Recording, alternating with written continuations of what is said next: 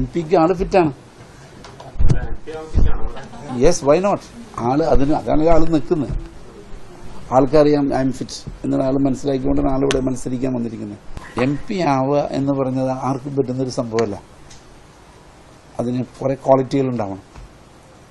ജനം മനസ്സിനകത്ത് ഇറങ്ങിച്ചെല്ലണം, ജനങ്ങൾക്ക് വേണ്ടി പ്രവർത്തിക്കണം, ജനങ്ങളുടെ കൂടെ നിൽക്കണം, അവരുടെ ആവശ്യങ്ങൾ തിരിച്ചറിയണം. അങ്ങനെയുള്ളവരാണല്ലോ സ്വതവേ നമ്മൾ സെലക്ട് ചെയ്ത് വരുന്നത്. അത് അദ്ദേഹത്തിൻ്റെ കയ്യിലുണ്ടെന്നുള്ളത് നമ്മൾ കാലങ്ങളായിട്ട് കണ്ടുവന്നിട്ടുണ്ട്. ദാറ്റ് മീൻസ് അത് ആളതിന് ഫിറ്റാണ്. ഫണ്ട് ഞാൻ പറഞ്ഞില്ല, എനിക്ക് 1 കോടി രൂപയാണ് അന്ന് വാഗ്ദാനം ചെയ്തത്. അത് നേരിട്ട് ഇവിടെ വന്നിട്ടാണ് എന്നോട് പറഞ്ഞത്. എനിക്ക് ഏറ്റവും വലിയ സന്തോഷം ചെയ്തതാ. അദ്ദേഹം നേരിട്ട് പറഞ്ഞു, ഞാൻ ഇന്ന ആവശ്യത്തിന് വേണ്ടി എനിക്ക് 1 കോടി രൂപ തരും എന്ന് പറഞ്ഞു.